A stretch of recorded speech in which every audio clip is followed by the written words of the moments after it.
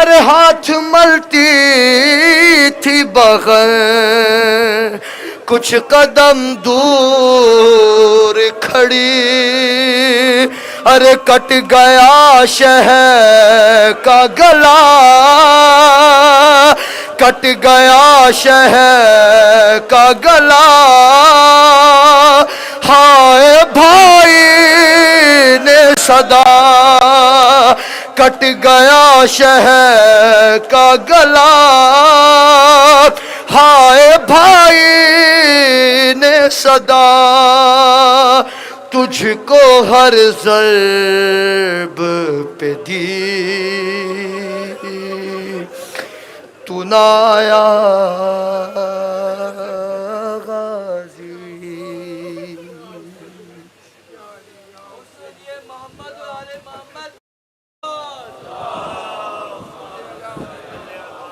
یہ اسی علمدار کا تذکرہ ہے کہ جب یہ علمدار شہید ہو گیا تو پھر بچوں نے پانی کی طلب نہیں کی، اور یہ وہی علمدار ہے کہ جب روز محشر بی بی زہرا آئیں گی شفاعت کے لیے اور رسول پوچھیں گے فاطمہ تم شفاعت کے لیے کیا لے کر آئیں، تو فاطمہ عباس کے دونوں بازو۔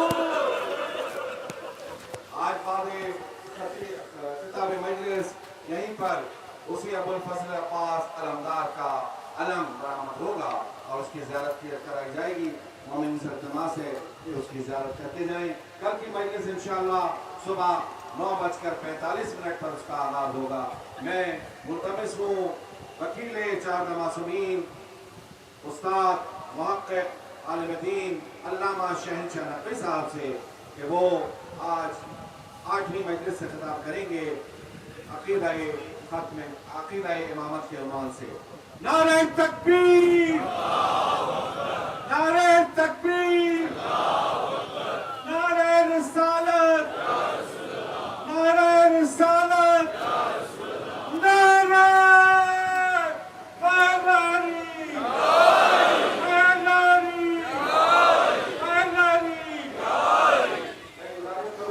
کرسیوں پر بیٹھے ہیں، کرسیاں بزرگوں کے لیے اور معذوروں کے لیے ہیں۔ اگر اس پر جوان بیٹھے ہیں یا کوئی ایسے افراد جن کو کوئی شرعی عذر نہیں ہے تو میں ان سے گزارش کروں گا کہ وہ نیچے فرش اظہر پر تشریف لے آئیں اور بزرگوں کو اوپر بیٹھنے کی، اور کل کی مجلس انشاءاللہ 9:45 پر اس کا آغاز ہوگا۔ اور محمد آل محمد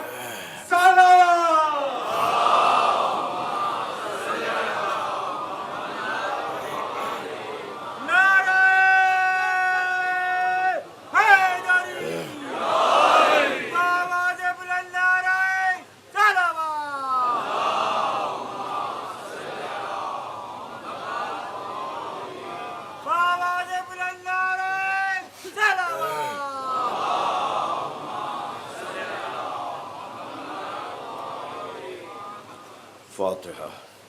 بسم اللہ الرحمن الرحیم، الحمدللہ رب العالمین، الرحمن الرحیم، مالک یوم الدین، ایاک نعبد و ایاک نستعین، اہدنا الصراط المستقیم، صراط الذین انعمت علیہم غیر المغضوب علیہم ولا الضالین، اللہم صل علی محمد وآل محمد۔ اعوذ باللہ من الشیطان الرجیم، بسم اللہ الرحمن الرحیم،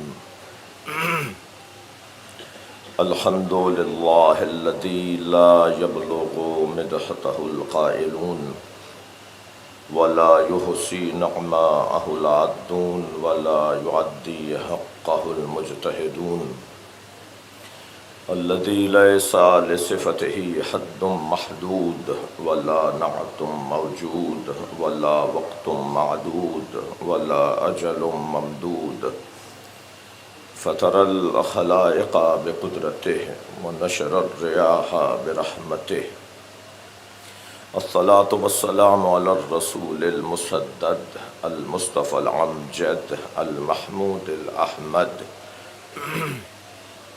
سیدنا و مولانا و مولا الکونین جد الحسن والحسین عانی ابا القاسم محمد،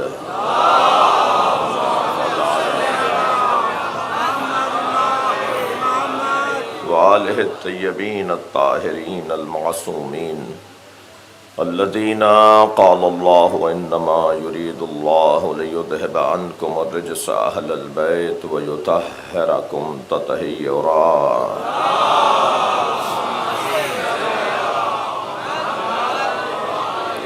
ولعنۃ اللہ علی اعدائہم اجمعین من یوم عداوتہم الی قیام یوم الدین. اما بعد قال الحکیم فی قرآن الکریم بسم اللہ الرحمن الرحیم.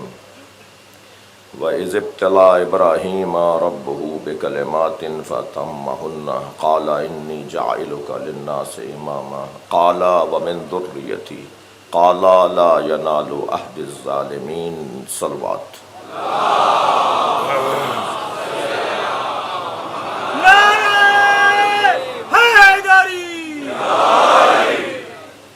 سورہ مبارکہ بقرہ آیہ کریمہ کا عنوان امامت، نبوت اور رسالت کے بعد اللہ حضرت ابراہیم کو منصب امامت پر فائز کر رہا ہے. یوں تو اس آیت کریمہ میں بہت سے مضامین اور مفاہیم، عناوین موجود ہیں، لیکن ہم نے اس آیت میں سے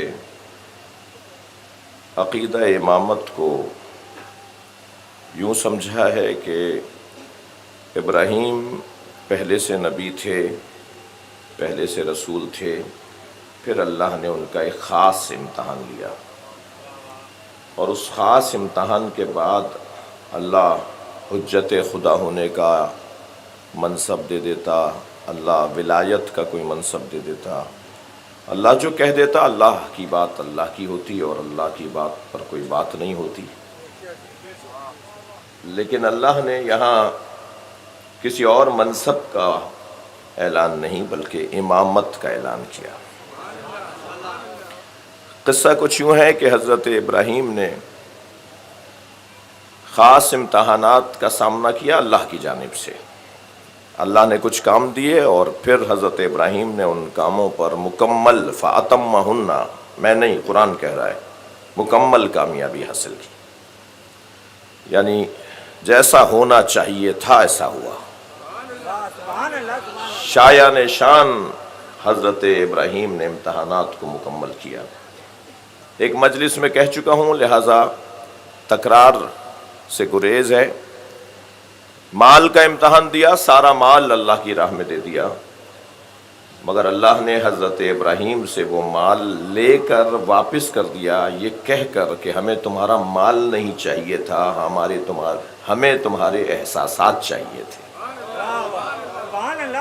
مال کے حوالے سے تمہارے کیا احساسات ہیں، ہماری راہ میں اپنا کتنا کیسے مال دینے کو تیار ہو. وہ سارے جانور جو حضرت ابراہیم نے اللہ کی راہ میں دیے، جبریل امین نے واپس کیے اور کہا کہ اے ابراہیم، ہم تمہیں آزمانے آئے تھے، تمہارے جانور نہیں چاہیے تھے. پھر کچھ مدت کے بعد دوسرا امتحان یہ لیا گیا کہ ٹکرا جاؤ معاشرے کے، سماج کے ان مزاجوں سے، ان عادتوں سے جس سے سماج انتہائی پستی کا شکار ہے، یعنی بت پرستی. توڑ ڈالو بتوں کو جا کر. اچھا، بہت سے کام لے لیے جاتے ہیں، بہت سارے کام دے دیے جاتے ہیں، مگر اس کا نتیجہ مد نظر ہونا چاہیے. میں اس کے بعد کیا کروں گا، بعد میں کیسے سنبھالوں گا، بعد میں کیا ہوگا اگر میں ایسا کروں گا تو. یہ ایک فطری سوال ہے، ہر شخص جمع و تفریق کرتا ہے، ہر شخص سوچتا ہے کہ اس کا نتیجہ کیا نکلے گا، اور سوچنا چاہیے. اور یہ سوچنے کا ہی جذبہ تھا جو حضرت مختار نے سلیمان ابن سرد خزائی کے ساتھ امام حسین کے قاتلوں سے بدلہ نہیں لیا. سلیمان ابن سرد خزائی نے 5000 توابین کے ہمراہ امام حسین کے قاتلوں سے بدلہ لیا. کیا بدلہ لیا کہ خود بھی شہید ہو گئے، 5000 لوگ بھی شہید ہو گئے. یہ مجمع حسینیوں کا ہے، تاریخ کا ایک صفحہ، جلدی سے ذرا دیکھتے چلے جائیے. واقعہ کربلا کے بعد کربلائیوں کو جو دکھ ہوا کہ ہم نے ساتھ نہیں دیا، حسین کو تنہا چھوڑ دیا. حسین مولا نے، یہ سارے کوفے کے لوگ تھے، حسین مولا نے ہمیں بلایا، ہم نے انہیں بلایا تھا اور ہم نے ان کو بلا کر ان کا ساتھ نہیں دیا، دب گئے، ڈر گئے، لالچ کا شکار ہو گئے۔ 4 علتیں تھیں کسی اور موقع پر کہ کیوں کوفے والوں نے امام حسین کا ساتھ نہیں دیا۔ بالآخر ایسا وقت آیا کہ یہ لوگ پشیمان تھے، نادم تھے، روزانہ روتے تھے اور کہتے تھے کہ ہم سے بہت بڑی غلطی ہو گئی، تو اس کا ازالہ کیا کریں؟ کسی حد تک صحیح سوچا تھا کہ ازالہ یہی ہونا چاہیے، اور انہوں نے ایک پورا لشکر تیار کیا، اور انہوں نے پھر اس وقت میں جو عبداللہ ابن زبیر اور جو یزیدی نظام تھا، اس کے عبداللہ ابن زبیر یزید کے خلاف تھے، وہ بھی اور یہ بھی مل کر یزید کے نظام کے خلاف، مسلم ابن عقبہ کے لشکر کے خلاف انہوں نے جہاد کیا، اور بالآخر وہ لشکر بہت بڑا مضبوط لشکر تھا اور انہوں نے ان سب لوگوں کو مار دیا۔ اس وقت میں مختار موجود تھے اور بار بار کہہ رہے تھے کہ ابھی ہماری توانائی مکمل نہیں ہے، ابھی ہمارے پاس کافی حد تک صلاحیتوں کو مجتمع ہم نہیں کر پائے ہیں، ابھی جلدی ہے یہ کام۔ اور مختار نے اس وقت کو گزارا، ان کا ساتھ نہیں دیا۔ یہ لوگ ناراض بھی رہے حضرت مختار سے کسی حد تک کہ مختار ساتھ کیوں نہیں دے رہے، لیکن پھر ایک ایسا وقت آیا کہ مختار نے وہ جو تیاری کی تو ایسی تیاری کی کہ چن چن کر امام حسین کے قاتلوں کو سزائیں دیں اور چاہنے والوں کے حوصلے بڑھائے۔ بھائی میرا محترم مجمع یہی وضاحت لے لے، حضرت مختار نے مولا حسین کا بدلہ نہیں لیا ہے۔ جب کسی نے میرے مولا امام رضا علیہ السلام سے کہا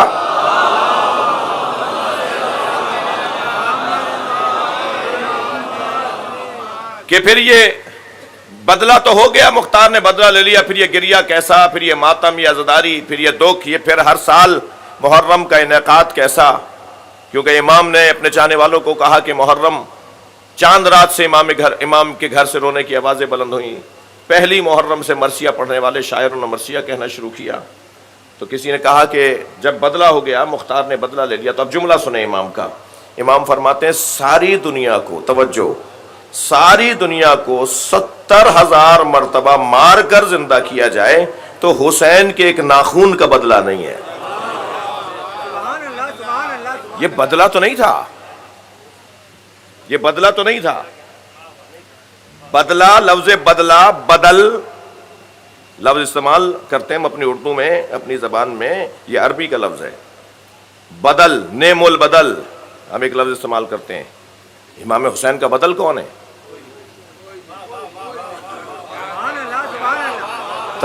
توجہ بڑھائیں گے، امام کا بدل کون ہے؟ امام کا کوئی بدل نہیں ہے۔ دیکھیے ظلم ظلم ہے، جملہ عدیہ کر رہا ہوں، ظلم ظلم ہے، مگر ظلم کی قباحت مظلوم کی حیثیت کے مطابق ہوتی ہے۔ جتنا مظلوم اہم ترین، فاضل ترین، افضل ترین ہوگا، اتنا ہی ظلم کی شدت میں اضافہ ہو جائے گا۔ مظلوم جتنا محترم ہوگا، ظلم اتنا ہی شدید کہلائے گا۔ امام حسین جیسا تو کوئی نہیں ہے دنیا میں۔ آپ کی عقیدتیں، محبتیں میرے بیان کے ساتھ ہیں، آپ ذرا غور تو کریں۔ حسین حسین ہے، 14 میں 4 محمد ہیں، 4 علی ہیں، 2 حسن ہیں، حسین ایک ہی ہے۔ صلوات پڑھیں محمد و آل محمد۔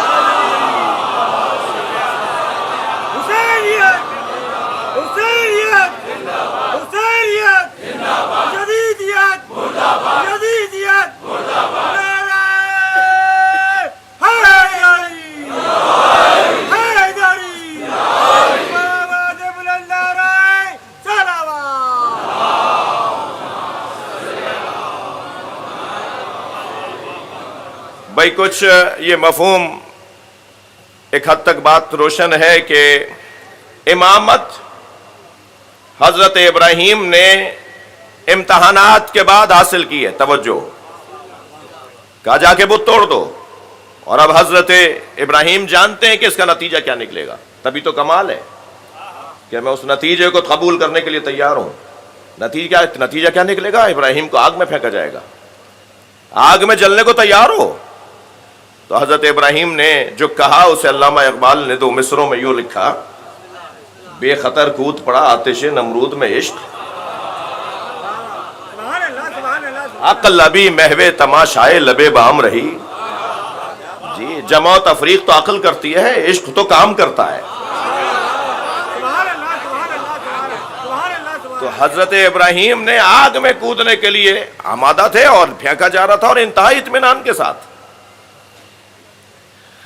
مجھے علامہ دیکھیں، میں قصداً ظاہر ہے بزرگوں، ہم کو پیدائشی تو کچھ جان کر نہیں آئے، بزرگوں کو پڑھا ہے تو کوئی مجھے علامہ طالب جوہری کا ایک جملہ یاد آ رہا ہے، اللہ ان کے درجات کو بلند فرمائے.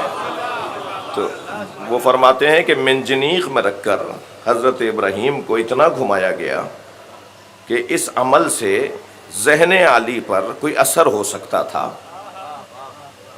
مگر جب جبریل نے پوچھا نا حل لک حاجت یا ابراہیم، تلا تم بپا تھا، ایک شور بپا تھا فرشتوں میں، قدسیوں میں ایک شور بپا تھا کہ تیرا خلیل جلایا جا رہا ہے، پھینک رہے ہیں اس کو. یعنی اللہ کا سارا نظام تنہا ہے، اللہ والا اکیلا ہے، اور شیطان والوں کا غلبہ ہے. تو فرشتوں نے جب اللہ سے سوال رکھا تو اللہ نے جبریل سے کہا جاؤ جا کے مدد کرو. تو اتنے چکر کھانے کے بعد بھی عقل سالم تھی، اتنے چکروں کے بعد بھی عقل سلیم پر فائز تھے. تم معمولی بخار میں نبی کو کہتے ہو ہذیان کہہ دیا.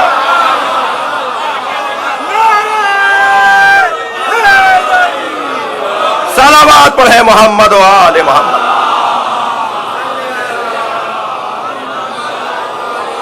بھائی آج 8 محرم ہے، ماشاءاللہ نشتر پارک پر ہے، بہتر صلوات ہدیہ کریں.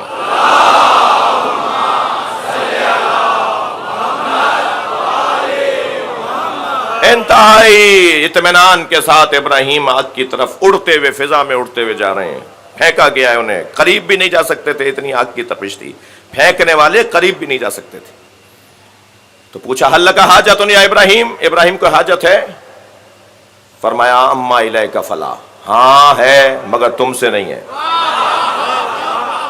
واہ، کہا پھر کس سے؟ کہا اسی سے ہے جس نے تمہیں آنے کی اجازت دی ہے. کہا پھر بتا دو جا کر ہم اسے پیغام پہنچا دیں. اب جملہ سنیں حضرت ابراہیم کا، کمال معرفت، بندہ پروردگار ایسا ہونا چاہیے، عبد الہی کو کیسا ہونا چاہیے. کسی سے سوال نہیں کروں گا، مانگوں گا اسی سے جس کی خاطر جا رہا ہوں. کہا اما الیک، تم سے نہیں ہے؟ کہا کس سے؟ اسی سے. کہا پھر کیا کہوں جا کر؟ بتا دو پہنچا دوں پیغام. تب جملہ فرماتے ہیں علمہ بحالی یغنی عن سوالی، وہ میرے حالات کو جانتا ہے، سوال کی ضرورت ہی نہیں ہے. بھائی صلوات پڑھیں گے محمد و آل محمد.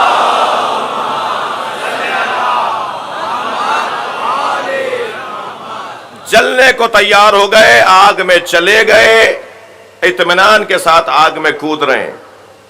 تو اللہ کی آواز آئی یا نارو کونی بردن و سلاما، اے آگ اللہ ابراہیم پر ٹھنڈی پڑ جا.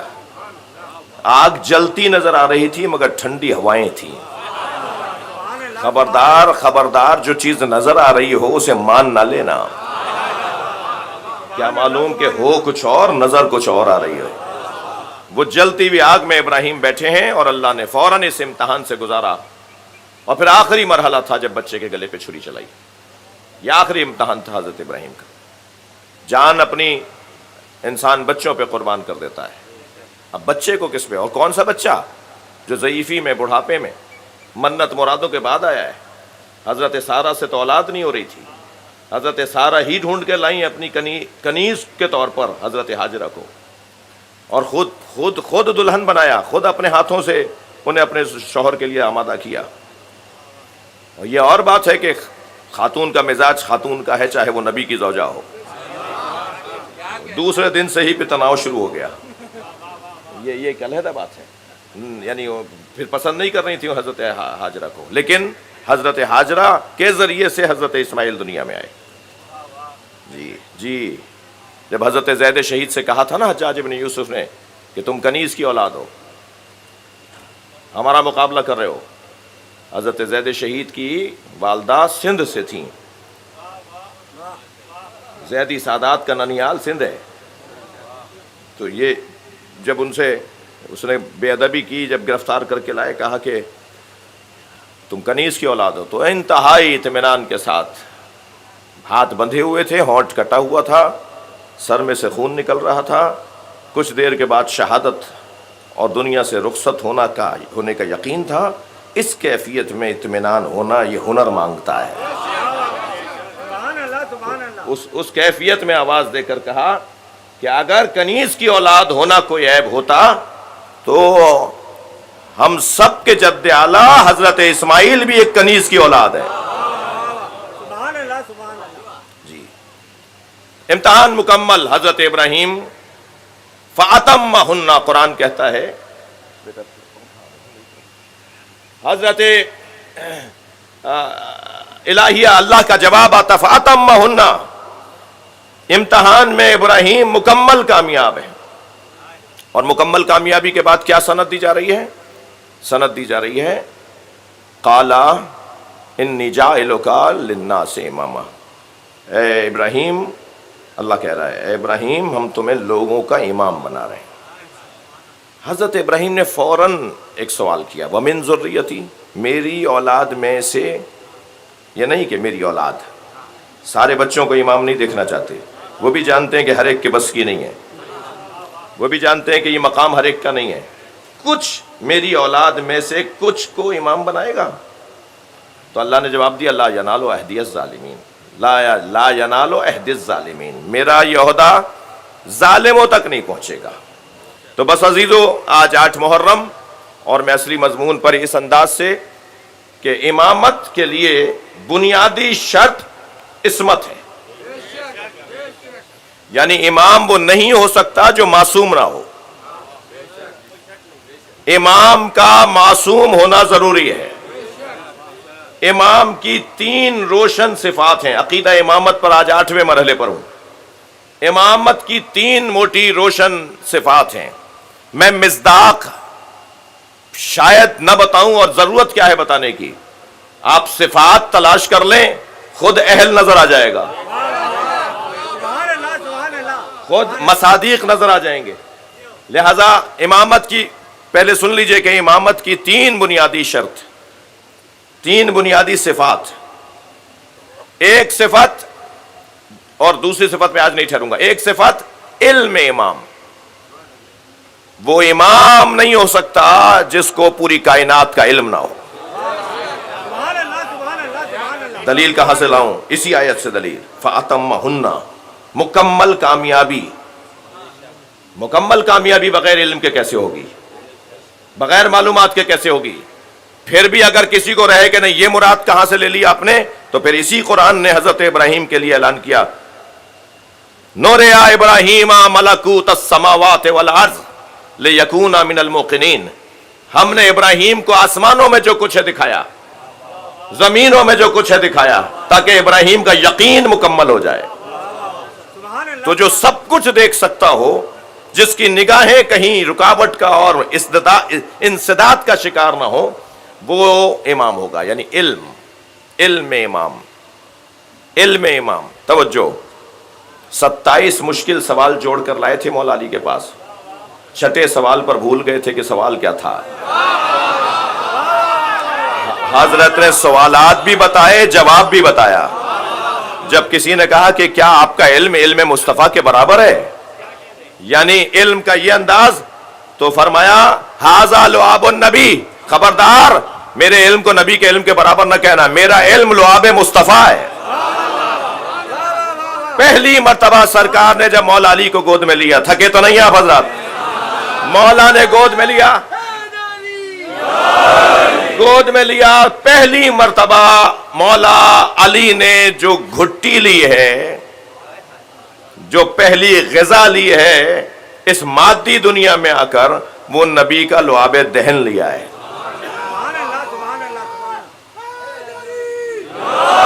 بھائی تھوڑی دیر کے لیے میں, کیونکہ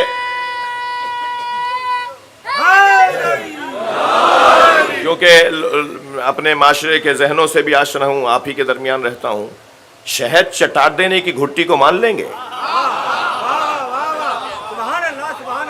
جی, شہد پانی کی گھٹی سارے گھروں میں تقریباً یہی دی جاتی ہے, تو شہد کی گھٹی کو مان لیں گے؟ شہد ہے کیا, تفصیل میں جاؤں گا تو گھن آئے گا. شہد کی گھٹی کو مان لیں گے، مصطفیٰ کا لعاب سمجھ میں نہیں آ رہا؟ اور سرکار کا لعاب مولا علی کی پہلی غذا. اور اس منظر کو مولا نے یوں بیان کیا کہ نبی نے مجھے علم ایسے دیا جیسے پرندہ اپنے بچے کو دانا دیتا ہے. زکانی رسول اللہ، زکانی رسول اللہ، زکانی رسول اللہ، زکن زکا. رسول اللہ نے مجھے علم پرندے کی طرح جیسے وہ اپنے بچے کو دانا دیتا ہے. میں یہ بات کہیں کر چکا ہوں، جو احباب وہاں تھے مجھے تکرار معاف کریں گے. نہیں فرمایا کہ جیسے ماں بچے کو دودھ دیتی ہے. مولا چاہتے تو کہہ دیتے کہ مجھے نبی نے علم ایسے دیا جیسے ماں بچے کو دودھ پلاتی ہے، لیکن فرمایا مجھے نبی نے علم ایسے دیا جیسے پرندہ اپنے بچے کو دانا دیتا ہے. اس لیے کہ ماں جو دودھ پلاتی ہے وہ کھاتی نہیں ہے، 10 چیزوں کے نتیجے کو دودھ کہا جاتا ہے. جو لیتی ہے وہ دیتی نہیں ہے، لیکن پرندہ جو اٹھاتا ہے لیتا ہے وہی دیتا ہے. نبی مکرم اللہ سے جو لیتے تھے وہ علی کو دیتے تھے. صلوات پڑھیں محمد و آل محمد.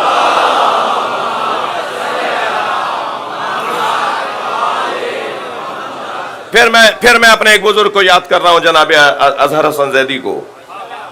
بہت سے بزرگوں کو یاد ہوں گے. علامہ اظہر حسن زیدی کا ایک حسین جملہ ہے، وہ فرماتے ہیں علی وہ ہے، توجہ، علی وہ ہے جسے نبی نے پہلے دن ہی زبان دے دی تھی. صلوات پڑھیں محمد و آل محمد.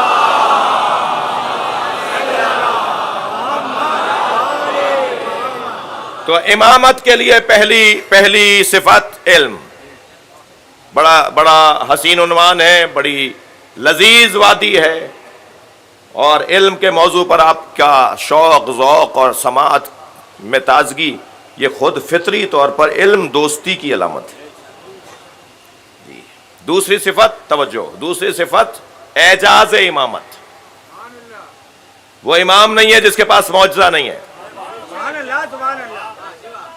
اچھا، مجلس میں اہل علم یعنی مدرسوں سے تعلق رکھنے والے افاضل تشریف فرما ہیں، تو بعض لوگوں کا خیال ہے کہ معجزات صفت نبی ہے، لیکن میں بزرگوں کو پڑھنے کے بعد، بہت کچھ سمجھنے کے بعد، سمجھانے کی الحمدللہ پوزیشن میں ہوں کہ بہت سے دلائل کی روشنی میں کہ معجزہ نبی کی صفت کے علاوہ، نبی کی صفت کے بعد، نبی کی صفت کی طرح معجزہ امام کی صفت بھی ہے. امام کا کام معجزہ دکھانا ہے، یعنی جب ضرورت پڑے، توجہ، تو یہ اعجاز کا اظہار کریں. یہ جب ان پر مشکل آتی ہے تو پھر معجزہ نہیں دکھاتے. قاعدہ ذہن میں رہے، جب ان پر مصیبت آتی ہے تو وہ امتحان ہوتا ہے، پھر معجزہ نہیں دکھاتے. لیکن جب دین پر مصیبت آتی ہے، جب سماج پر مصیبت آتی ہے، جب دوسرے پر پریشانی آتی ہے تو پھر معجزہ دکھاتے ہیں. روایت تو بڑی لطیف اور ظریف ہے، تردد کا شکار بھی ہوں کہ سناؤں یا نہیں، لیکن آپ کی توجہ اور میرے پاس وقت بھی تنگ ہوتا جا رہا ہے. معمولاً امام حسن مجتبی دربار میں نہیں جاتے تھے.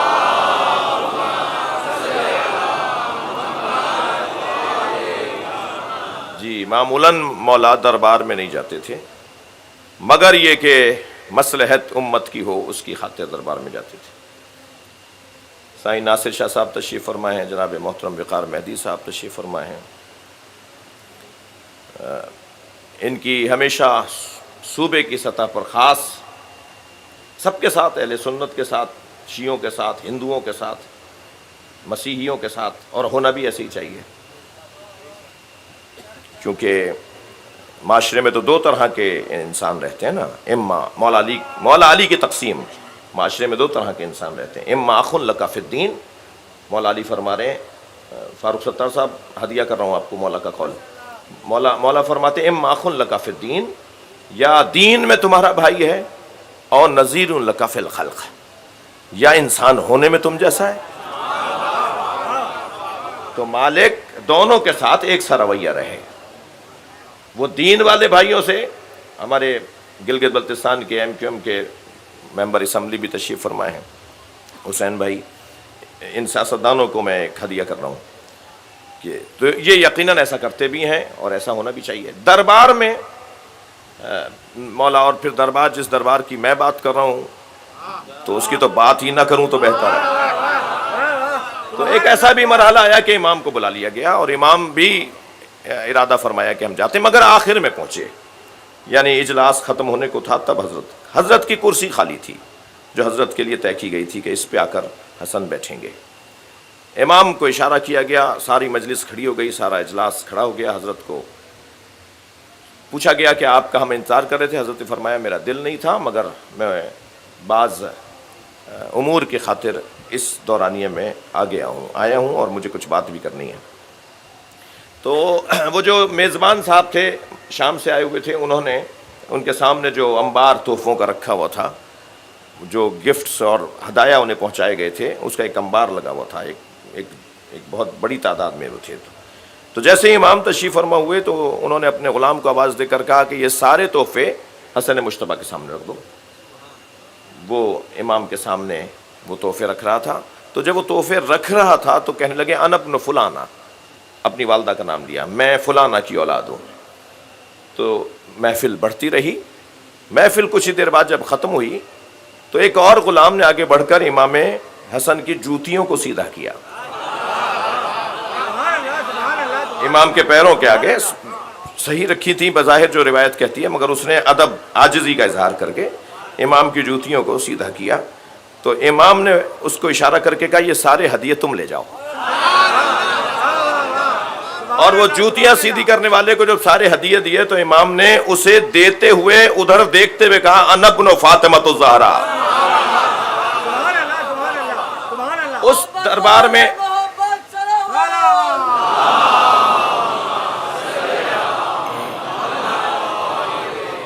بھائی جو روایت سنانے جا رہا ہوں، معجزے کی بات بچوں کے ذہن میں رہے. اگرچہ آج ارادہ نہیں تھا کہ اعجاز پر گفتگو، کیونکہ اعجاز کی تعریف بھی ہونی چاہیے، علم کی تعریف بھی ہونی چاہیے، لیکن بہرحال مضمون آپ کے ہاتھ میں ہے. تو حضرت سے اصرار کیا کہ آپ کچھ کہیں، تو حضرت نے خطبہ ارشاد فرمایا. خطبے میں عظمت اہل بیت کو بیان کیا، اپنے خاندان کا تعارف کروایا، اور اتنی روانی سے، اتنی سرعت سے بات کر رہے تھے اور لگ رہا تھا کہ کوئی علی کا بیٹا بول رہا ہے. وہ فصاحت و بلاغت، وہ الفاظ کا استعمال، وہ الفاظ کی نشست. ایک لمحے کے لیے سانس لیا تو آواز آئی کہ کچھ اور بھی کہنا ہے، جبکہ امام کا کلام تو جاری تھا، لیکن شاید یہ اشارہ تھا کہ بس کیجئے. تو جب امام نے ایک لمحے کا سانس لیا تو کہنے لگا کہ کچھ اور بھی کہنا ہے. تو حضرت نے فرمایا کہ اگر میں سال ہائے سال بولتا رہوں تو اہل بیت کے فضائل ختم نہیں ہوں گے. میرے رک جانے سے یہ نہ سمجھنا کہ جو تھا وہ میں نے بتا دیا، اب کچھ نہیں رہا. یہ کہہ کر امام نے چاہا کہ خاموشی اختیار کریں. تو ایک شخص نے کہا کہ آپ تو ایسے ہیں. میں نہیں کہہ سکتا، آپ تو ایسے ہیں. تو حضرت نے فرمایا کہ لو شئتو لجال تو عراق شامہ و شام عراقہ. توجہ، اگر میں چاہوں تو میں شام کو عراق بنا دوں اور عراق کو شام بنا دوں. اچھا، یہی میں، کیونکہ جس کے دربار میں، جس کی بارگاہ میں بیٹھے ہیں وہ یہ کر سکتے ہیں، وہ مردوں کو زندہ کر سکتے ہیں، تو وہ زندوں کو شفا کیوں نہیں دے سکتے؟ ایک بہت محترم نام علامہ علی قرار نقوی کا، کراچی کا، قومیات کا اور خدمت گزار بندہ ہے، بالخصوص کراچی اور بالعموم پورے پاکستان میں رویت ہلال کمیٹی کی مدتوں سے ممبر چلے آ رہے ہیں. انہیں کل رات کو برین ہیمریج ہوا ہے، وہ ہاسپٹل میں ہیں. امام حسن فرما رہے ہیں میں چاہوں تو عراق کو شام بنا دوں، شام کو عراق بنا دوں. تو جو عراق کو شام بنا سکتا ہے، شام کو عراق بنا سکتا ہے، ہمارے عزیز کو شفا بھی دے سکتا ہے. ان کے شفا کے لیے، سارے مریضوں کی شفا کے لیے، ہماری شخصیات جو تشریف فرمائے ان کی صحت و سلامتی کے لیے بلند تر صلوات.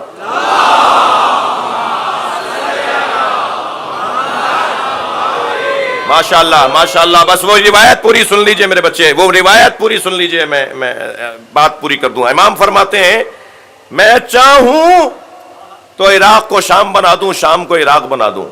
جیسے ہی حضرت نے یہ جملہ فرمایا نا تو ایک شخص کھڑا ہو کے کہنے لگا فمو کا صغیر کلاموں کا کبیر, دہن چھوٹا ہے بات بڑی ہے.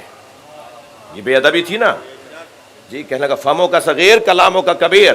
تو جیسے ہی اس نے یہ جملہ کہا نا تو امام نے فرمایا اما فنظر الیہ فنظر الیہ فنظر الیہ وقال اما تستحین تجلسین فی الرجال. غور سے اسے دیکھ کے کہا تجھے شرم نہیں آ رہی مردوں میں بیٹھی ہے؟ بھائی صلوات پڑھ دیجئے محمد و آل محمد.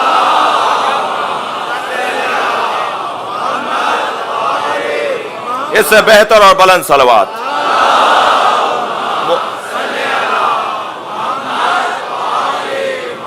معجزہ ذہن میں رہے, معجزہ. ایک مثال دی ہے امامت کا دوسرا عنوان اور صفت اعجاز. مستقل گفتگو کی ضرورت ہے, صرف معجزے پر بات ہو, صرف علم امام پر بات ہو. اور عصمت امام, تیسری صفت عصمت امام, امام کی عصمت, یہ صفات امام میں سے. کیسے, کہاں سے میں اس بات کو کہہ رہا ہوں؟ لا ینال عہد الظالمین. ظالم تین طرح سے تصور کیا جا سکتا ہے جی. ایک وہ جس کی ابتدائی زندگی ظلم پر مشتمل رہی اور بعد میں توبہ کر لی. ایک وہ جس کی اختتامی زندگی ظلم پر رہی, پہلے وہ ٹھیک تھا, پہلے وہ عادل تھا, پہلے وہ گناہگار نہیں تھا. ایک وہ جس کی ساری زندگی گناہوں پر مشتمل رہی جی. اس کے علاوہ چوتھی ایک صفت, ایک صورت بنے گی, پانچویں کوئی صورت نہیں ہے. یعنی جس کی ابتدا میں گناہ پر مشتمل زندگی رہی, ابتدائی زندگی گناہ پر رہی, بعد میں ٹھیک ہو گیا. جو بعد میں گناہگار ہوا, پہلے ٹھیک تھا. یا جو مکمل اول سے آخر تک گناہگار رہا. تو یہ تین لوگ تو امام نہیں ہو سکتے. بھائی جلدی بولنے کا یہ نتیجہ نہیں ہے کہ آپ کی توجہ نہ ہو. اس بات کو میں گھنٹے میں کہتا.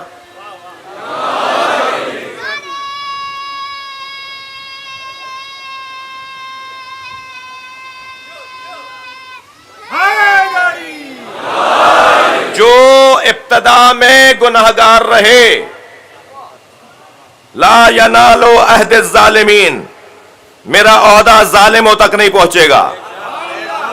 وہ اس کا عنوان نہیں بن سکتے, وہ امام نہیں بن سکتا. بھائی میں کوئی ارادہ نہیں رکھتا اور نہ ہی اچھا ہے, مگر اتنا تو کہنے کا حق ہے نا کہ جنہیں کسی کو امام ماننے کا شوق ہے وہ ان کی زندگیوں پر بھی غور کریں. جن کی ابتدائی زندگی گناہ پر رہی. بھائی توجہ, ٹائم کم ہے میرے پاس. جن کی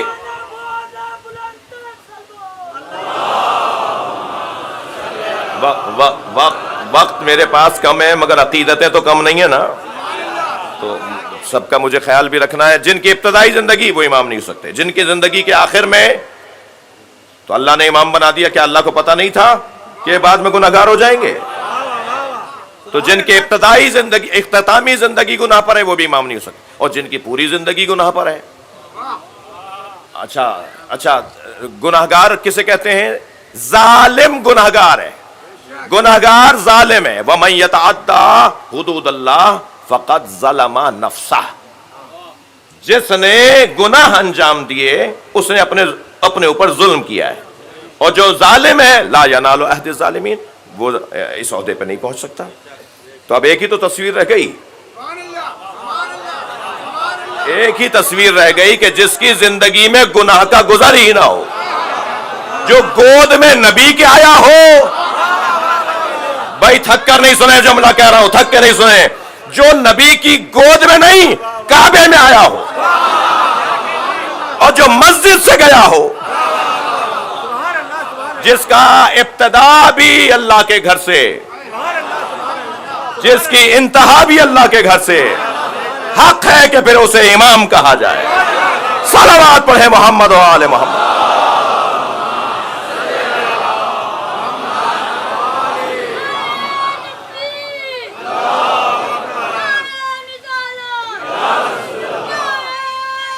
مائک نہیں ہے؟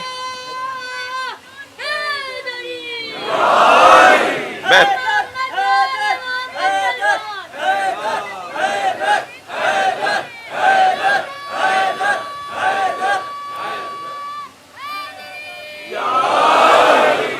امامت کے لیے عصمت ضروری ہے. بظاہر میں نے ایک نتیجے تک اپنے مضمون کو پہنچایا ہے، مگر کل کی مجلس جس کا ایک حصہ مضمون کا تکملہ اور ایک حصہ عالمی اور ملکی سطح پر مسائل اور مشکلات کی دہرائی اور اعادہ اور توجہ ہے. شخصیات تشریف فرما ہیں، اہل حل و عقد بیٹھے ہوئے ہیں.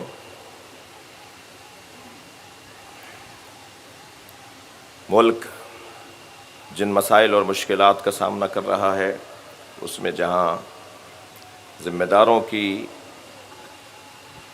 ذمہ داری بنتی ہے وہاں عوام کا کام بھی بنتا ہے. یہ موضوع کل کا کچھ دورانیہ ہماری گفتگو کا صبح 10 بجے 11 بجے 11:15 میں حاضر ہوں گا. مجلس انشاءاللہ 11 بجے شروع ہوگی اور ظہر پہ جلوس برآمد ہوگا.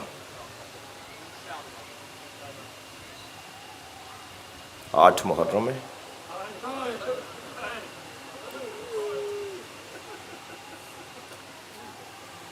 حاضریوں کا دن ہے.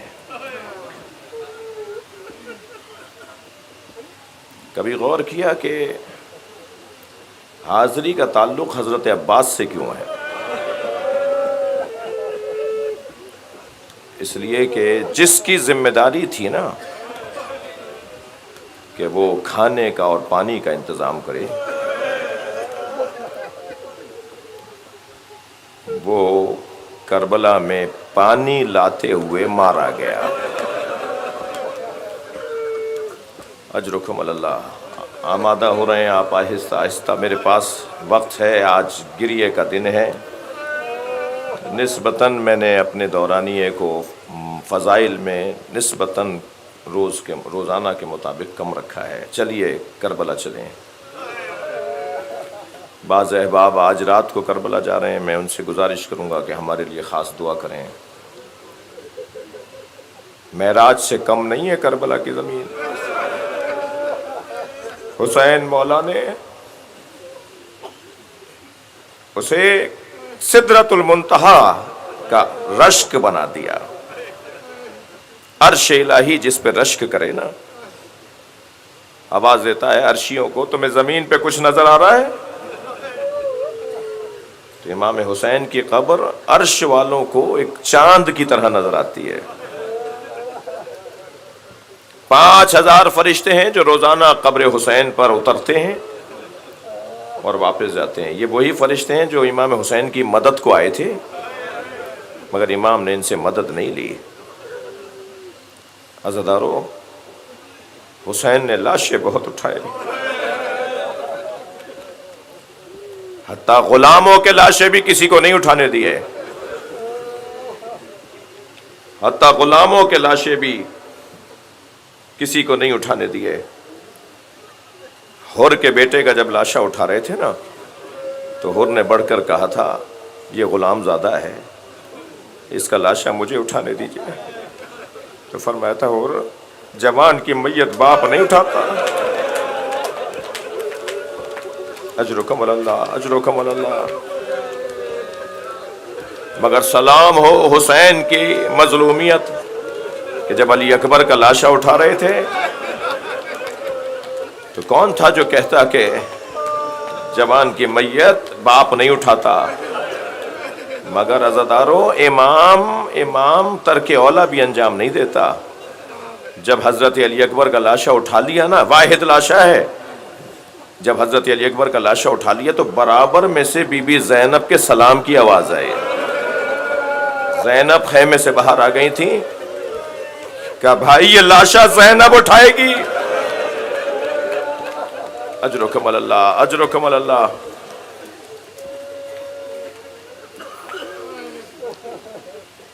لاشیں حضرت نے بہت اٹھائے، مگر ایک لاشے پر امام کی غربت دیکھیے. واحد لاشا ہے جو خیمے میں نہیں لے کر آئے. لاشا نہر کے کنارے چھوڑ کر آ گئے. مڑ مڑ کر بھائی کا لاشا دیکھتے رہے. بڑا دکھ تھا امام حسین. عباس نہر کے کنارے چھوڑ کر آ گئے. آپ رو رہے ہیں نا. جب مولا چھوڑ کر آ گئے تو ظالموں میں یہ بات گشت کرنے لگی کہ عباس زندہ ہیں، کچھ ہی دیر میں اٹھ کے کھڑے ہوں گے اور پھر دشمن پہ حملہ کریں گے. تو 100 تلوار بردار ظالم آگے بڑھے اور اتنی تلواریں ماری کہ قتلو ہو اربا نربا. حضرت عباس کا جوڑ جوڑ علیحدہ کر دیا. جس کا قد کربلا میں سب سے دراز تھا اس کی قبر کربلا میں سب سے چھوٹی ہے. ایک چٹائی میں، گٹھڑی نما چٹائی میں. اجرکم اللہ، اجرکم اللہ. حق ہے ایسے ہی رونے کا. 8 محرم کی مجلس ہے. جنہیں رونا آ رہا ہے اپنی آوازوں کو آزاد کریں، اور جنہیں آنسو نہیں آتے اللہ سے ایک قطرہ اشک مانگ لیں. اجرکم اللہ، اجرکم اللہ. 2 سال کی عمر تھی حضرت عباس کی کہ جناب ام المنین نے یہ کہنا شروع کیا، عباس تمہارے بابا نے مجھ سے عقد اس لیے کیا تھا کہ اللہ مجھے شجاع بیٹا عطا کرے اور کربلا میں میرے عباس کے وہ کام آئے. عباس تمہیں کربلا کے لیے ذخیرہ کیا گیا ہے. جو بچپن سے کربلا کربلا کربلا سن رہا تھا نا، وہ جب کربلا میں آیا ہے تو امام حسین نے فرمایا عباس زمین خریدو. جو امام ہمیں کہتے ہیں کہ 2 رکعت نماز بھی غصبی جگہ پر نہیں پڑھ سکتے، وہ کیسے زمین کو خریدے بغیر خیمے لگاتے؟ امام نے زمین خریدی. حضرت عباس نے معاملہ طے کیا. زمین اپنی تھی تو نہر کے کنارے جو حصہ نہر کا زمین سے گزرتا تھا وہاں خیمے لگا دیے. خیمے لگا دیے 2 محرم کو. 4 محرم کو شمر کا لشکر آیا. یہ 2000 لشکریوں کو لے کر آیا ہے، 2000 سپاہیوں کو لے کر آیا ہے. اس نے آتے کے ساتھ ہی پہلا اعتراض یہ کیا کہ حسین کے خیمے نہر سے ہٹائے جائیں.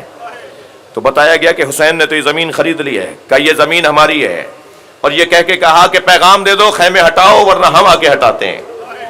عباس تو کربلا کے منتظر تھے. میرے مولا عباس ایک مرتبہ جلال کی کیفیت میں خیمے سے باہر آئے، تلوار نکالی، زمین پہ خط بنایا اور آواز دے کر کہا کسی میں جرأت ہے تو خط پھاند کر دکھائے. میں آج بتاتا ہوں کہ میں کون ہوں اور کربلا ہم نے کیسے سجانی ہے. مولا عباس نے خط کھینچ کر ایک مرتبہ للکار دی. امام حسین نے جناب عباس کے تیور دیکھے تو جناب زینب کے خیمے میں آ گئے اور بی بی سے کہا زینب عباس کو بلاؤ. جناب فضہ نے جا کر کہا چھوٹے شہزادے تمہیں آقا زادی زینب بلا رہی ہیں.